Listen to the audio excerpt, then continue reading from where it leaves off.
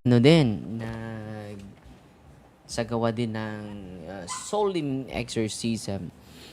Ang in-exercise natin kanina, apat po. So, ang una ay from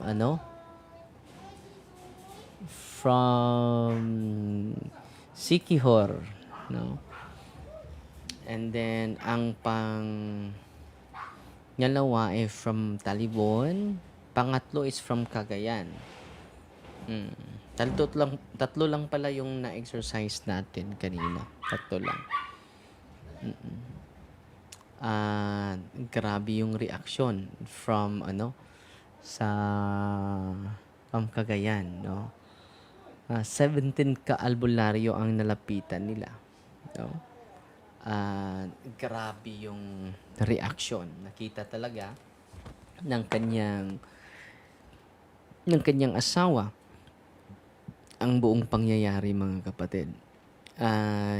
Bago tayo magsimula, no? Dahil ito po, Aklat Apologetics po ang isi-share ko sa inyo ngayon. Bakit importante ang apologetics? Dahil nawala na ito, hindi na ito nabigyan ng malaking importansya. Ito pong aklat na ito ay akda ni Patrick Madrid. Ang ganda talaga ng aklat na ito. So, kailangan natin yung apologetics sa buhay natin. Kinu-quote niya dito ang famously declared sayings of the scientists, no? Kailangan natin na unang-una, the big questions of life, such as why I am here. Bakit nandito tayo? Bakit ba sumipo tayo sa mundo na wala lang rason? What is the purpose of my life? What happens to me when I die?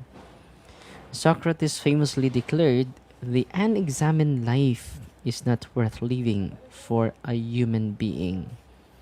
So, kailangan natin na importante talaga na masagot ang mga katanungan para maging makahulugan yung ating buhay.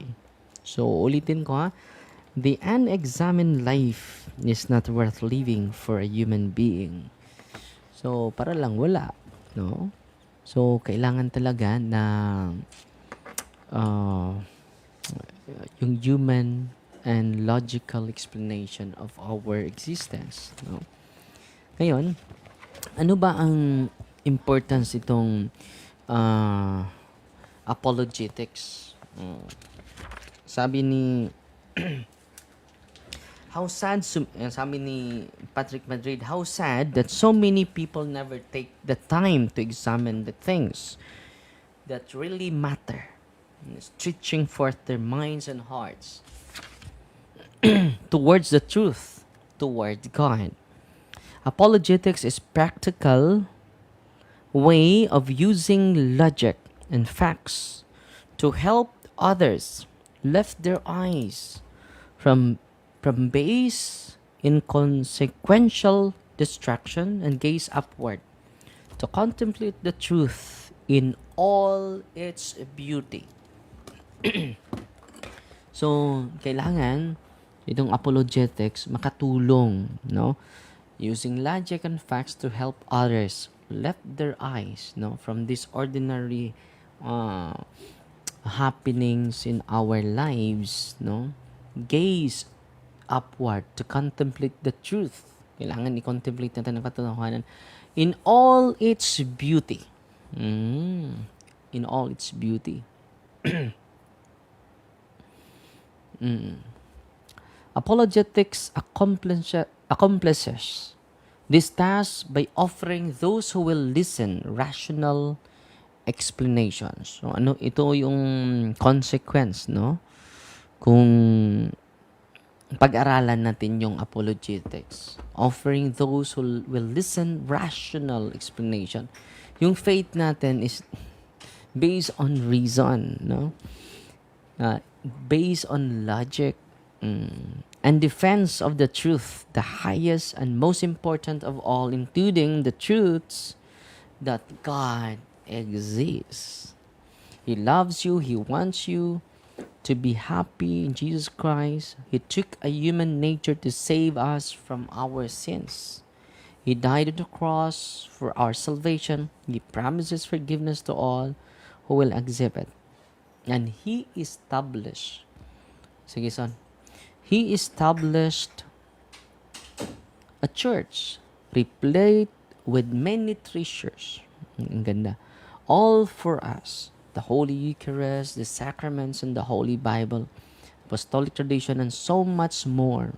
All of these truths are worth defending because they are life-giving and beautiful. Without knowing them, at least to some extent, no human being can truly free and completely happy. So, ang ating happiness, magbabata yan, no?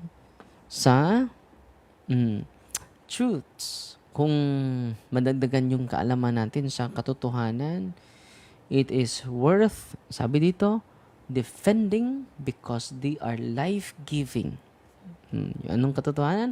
Life-giving. Magkapigay sa atin ng buhay. Beautiful without knowing them, at least to some extent. No human being can be truly free. Hindi tayo makatanggap ng tunay na kalayaan, free and completely happy.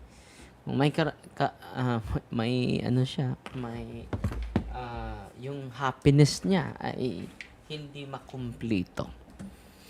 So, kailangan natin. So, from time to time, mag-catechize tayo using the books that we bought. Kailangan natin. So, through our social communication, mga kapatid, o catechism, ito po yung kahalagahan. Bakit may apologetics? Apologetics yung tanong-sagot. Kailangan natin. At sa pag-aaral sa ating pag-aaral talaga sa ating doktrina. Truth is the intellect's most precious possession. Anong katotohanan? Truth is the intellect's most precious possession. Grabe. Kinakailangan natin ito. It is to the mind what accurate navigational coordinates are to an airline pilot. So, kung hindi accurate yung navigation, coordination sa pilot, no, delikado po. Kailangan natin ng precise, absolute knowledge. No, hindi yung private opinion. Hindi yung nagbabase lang tayo sa personal interpretation ng isang tao.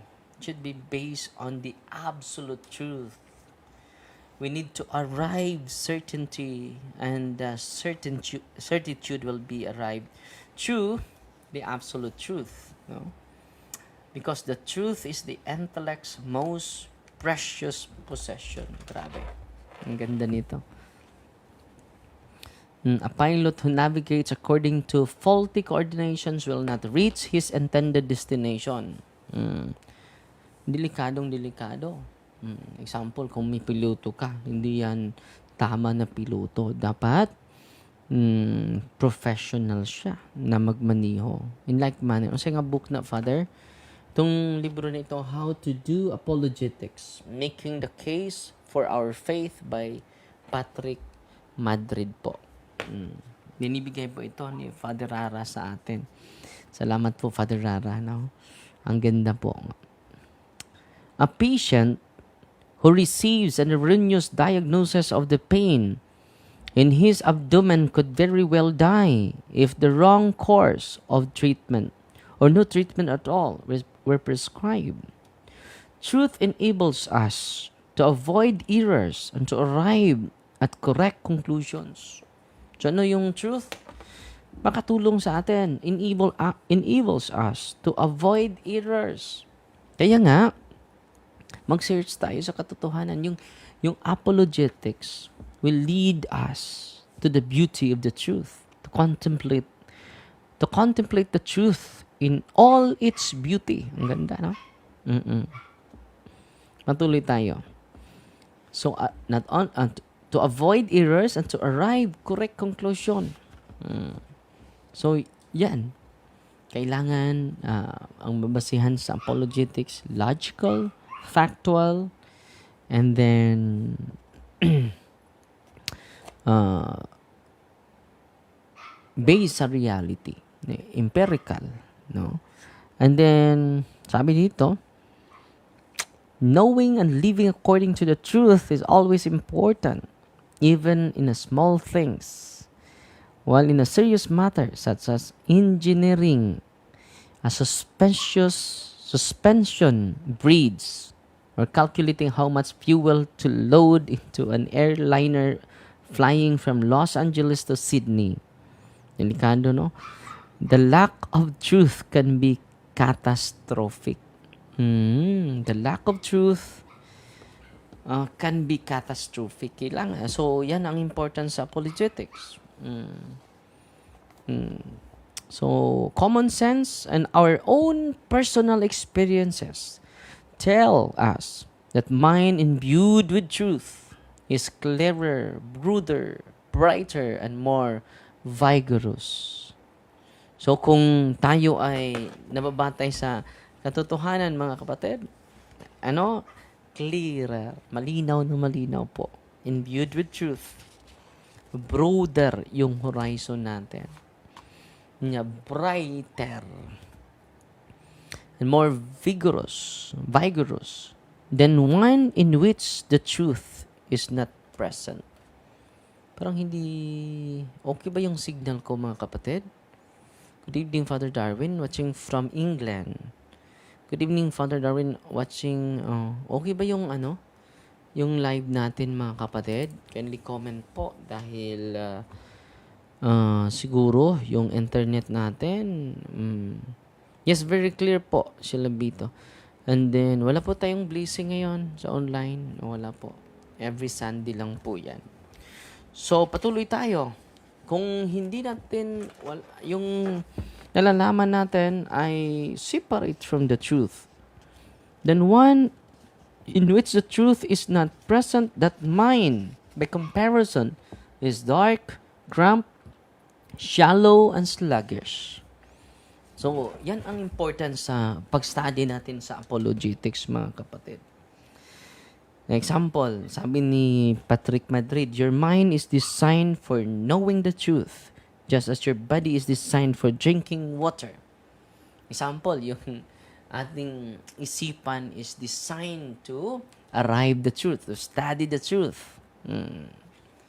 Yung body natin is designed to drink more water.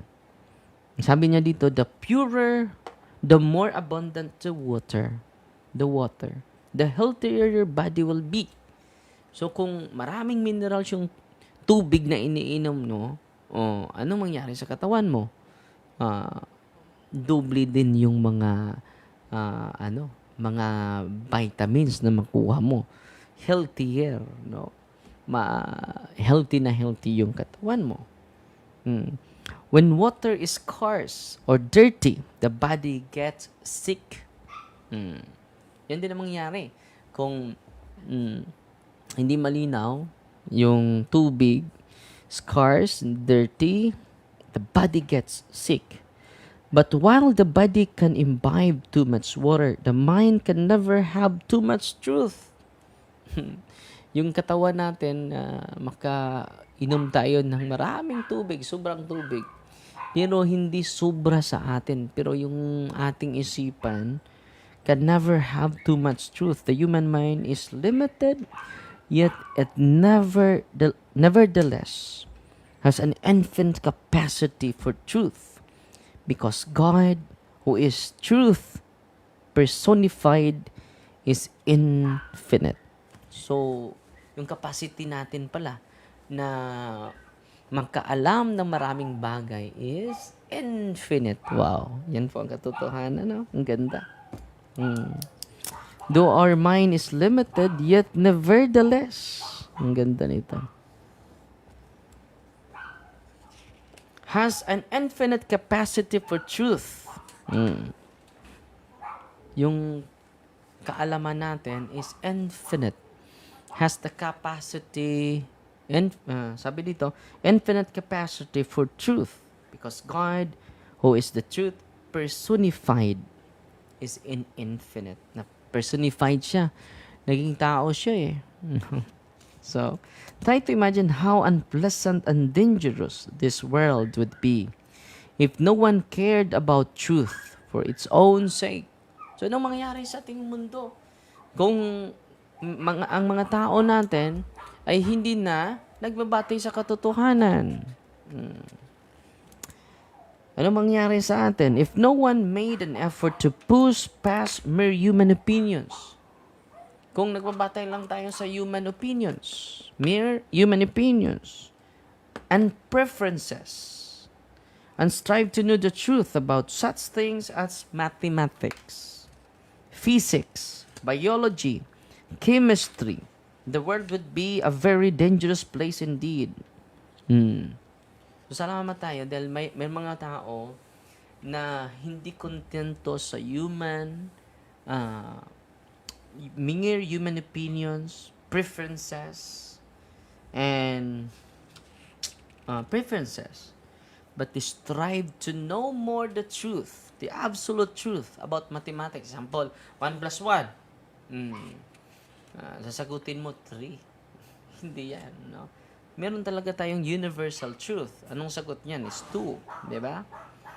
For example, how could you know whether a bridge is safe enough to drive your car over the 100-foot deep gorge that it spans if the engineer who designed that bridge did not know about the absolute truth about math and physics of the bridge building?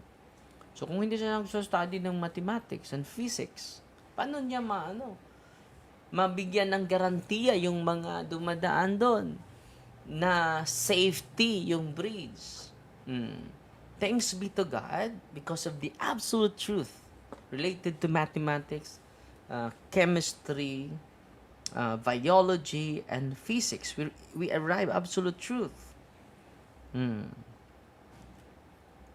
Kung yung engineer base his calculations solely on his own private opinions and preferences, kung base lang sa kanyang private opinion and preferences, ano mangyari? Chances are, his hardy work wouldn't last very long, nor would those who happen to be driving their cars over it one time too many. Delikadong-delikado po. Di ba? Now try to imagine a world in which mathematicians, engineers, physicists, biologists, and the rest did care about to strive for knowing the truth about things, and there was no external objective means for any of them to ever really know if he or she had actually found the truth. So, pinaka-importante po yung absolute truth. Tayo nga ay nagbabasa, kumukot ng mga standard references para hindi po private and own opinion and preferences ko ang ma-share ko sa inyo. Di ba? Yan mga kapatid. Ang kailangan natin. Valuing. Now, the third scenario is not hypothetical. It's the real world in which we find ourselves today. In every scientific discipline, ascertaining the truth about things and valuing truth for its own sake is not simply highly prized, but is absolutely demanded, and thus rigorously and relentlessly pursued across the board. So, hindi lang siya for highly prized, but is absolutely demanded. Kailangan natin malaman ang katotohanan. So, kaya nga, the church is the pillar and the foundation of truth. Hindi po ako, hindi po si Father Darwin ang pillar and foundation of truth. Hindi po yung bawat isa natin, but the church authority po. Empirical method has become a primary means of testing the reliability and accuracy of claims by comparing and contrasting them with empirical data. This enables scientists, mathematicians, and so on to avoid conclusion based on bias rather than objectively verifiable data. So, kailangan talaga natin ng objectively verifiable data. Yan. Based sa empirical data, based on experience, mga kapatid. Empirical, logical, and factual. Okay, ang conclusion niya dito, we can thank God that we actually live in His world, in the world of science, mathematics, accounting, etc. Discovering and adhering to objective standards of truth. Anong punto niya dito? To arrive objective standard of truth are not just important but are rightly regarded as absolutely necessary. Not just important. Ang ginagamit niya, hindi lang importante, but absolutely kinakailangan, necessary. So, very intellectual itong discussion natin, mga kapatid, no? So, kaya nga, kailangan natin ng apologetics, mga kapatid. Sabi dito, Catholic teaching is reasonable, logical, consistent, and compelling. The old saying is true. You can lead a horse to water, but you can't make him drink. The reason of apologetics is, I will teach you how to salt the oats so that the horse will want to drink the water. So, kailangan lang natin na lagyan ng counting salt, oats, ang para iinom na yung kabayo.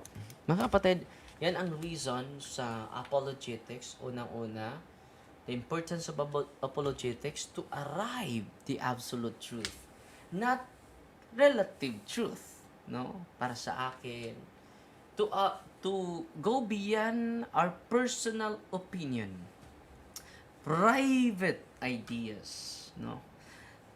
Own preferences, going beyond that. Ang gulo ng mundo kapag hindi tayo arrive the absolute truth. So yan ang importance of apologetics, mga kapatid. To arrive the truth, sabi niya dito, tutulong sa ating using logic and facts to help others lift their eyes. Yung isipan natin, no? Hindi lang tayo shallow, no? Superficial yung argument natin. Hindi lang personal, kundi going beyond that. To contemplate the truth and we enjoy its beauty, mga kapatid. Yan ang kinakailangan natin. So pasalamat tayo sa mga Catholic faith defenders. Malaking tulong po sila sa atin. Dahil yung doktrina ng simbahan ay minsan ay going beyond science. Minsan ay ginagamit niya, no? Paano mo ma-explain yung tinapay naging tunay na laman ng tao, di ba? Ang hirap yun i-explain. It is beyond science yun. So, kaya kinakailangan natin, mga kapatid, na mag-study. Ako din ay bumibili ng mga aklat. No, kung gusto mo nyo ng regalo sa akin, yung mga apologetics book, bigay nyo yan sa akin. Kung meron kayong mga spiritual books, sa spiritual phenomena related sa exorcism, ibigay nyo yan sa akin. Dahil hindi tayo matutulog without reading books, mga kapatid, para ma-share namin sa inyo, no? Pinaka-importante, no?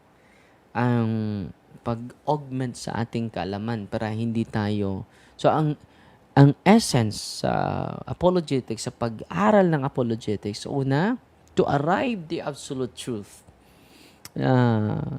Dahil delikado yung doktor will not arrive to absolute truth.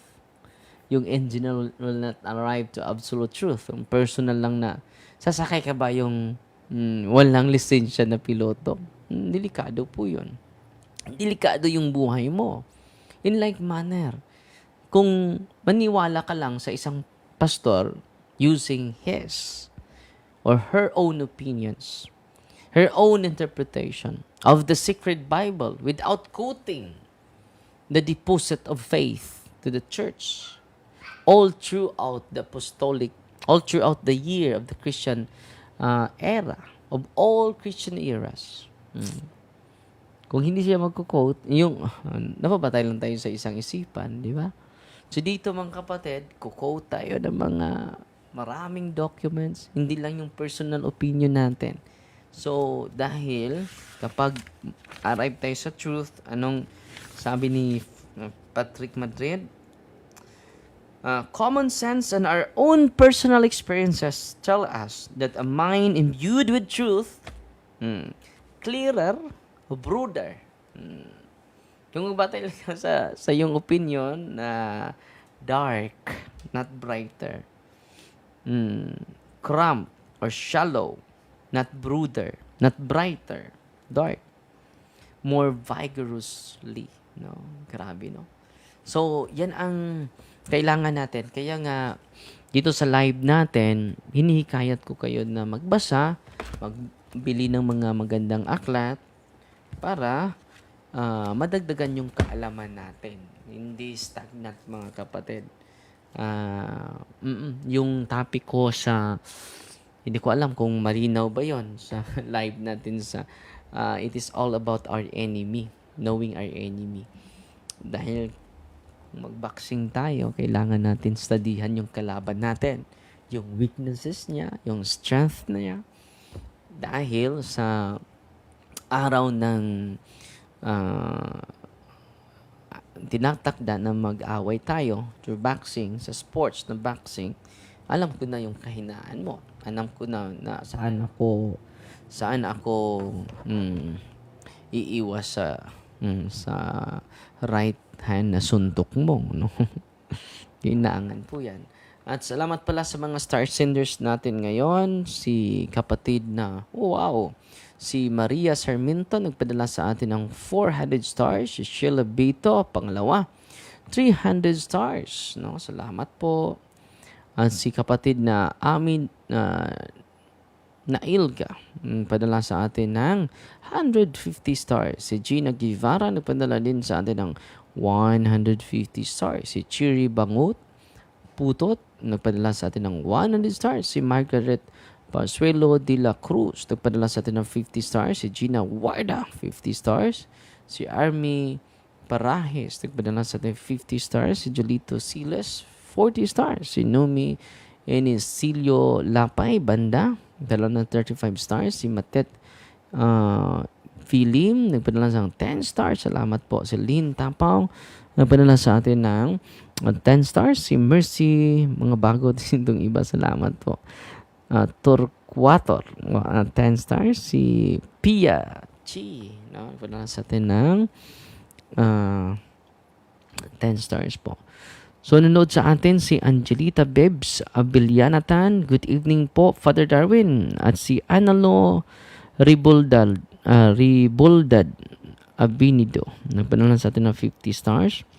Si Ruwila Muñez is watching. Si Judith Caballero, good evening, Father, watching from Mindanao. At si Mercy Torquator, additional po ng 100 stars. Si Ditalia Grig is watching. Si Inoy Lidi Tizino Krag. So, binabasa ko yung iba, hindi ko mabasa lahat. Si Gilda Hingelio, nagpadala sa 50 stars. Si Tilma Theo, good evening, Father, watching from Cordoba. Si John Norman, nanood sa atin. Si Jean Katipay. Good evening, Father. Si Germanita Abanto. Nanood sa atin. Si Germanita Abato. Sumailo. At si Yokies BC. No, nanood sa atin. Si Norban Daral. Nanood din sa atin. Si Roselito Liop Lagari. Nanood sa atin. Si Oliha Tisinon. No, nanood din sa atin. Ask lang ko, Father, since it was early church fathers were Jews, wala po ba naman sila saints noon? Why do we ask for intercession to saints? Kasi wala po naman noon si Rustan, no? Meron ng mga santo, no? No, all the prophets are considered saints. Mga apostles, they are also saints, no? Queen Pires. Nagpadala sa atin ng 100 stars. Si Lilibet Ruelo Larkins. So, 10 stars. Salamat po.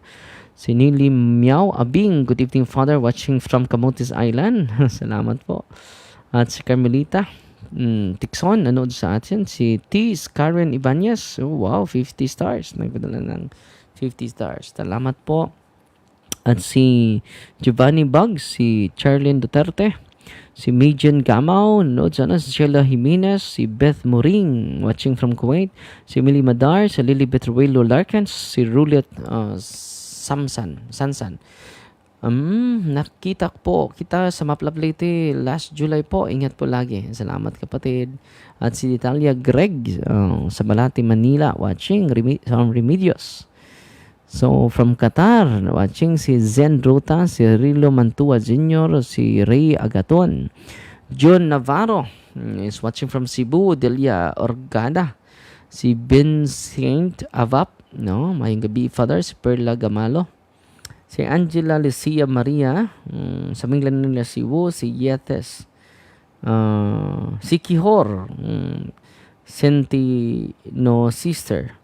Si Flora Asulot na Divina Oncines, si Daniel Canyo from North Cotabato, si Pirolina Quizon, si Lerisa de Leon. Good evening po, Father. God bless, guide and protect you. Watching from San Francisco. Ang daming nanonood sa atin ngayon. Salamat po. So yun lang sa muna mga kapatid ha. God bless at fight Team Maria that I save thee with a humble heart. The Lord be with you. May Almighty God bless you in the name of the Father, and of the Son, and of the Holy Spirit. Amen.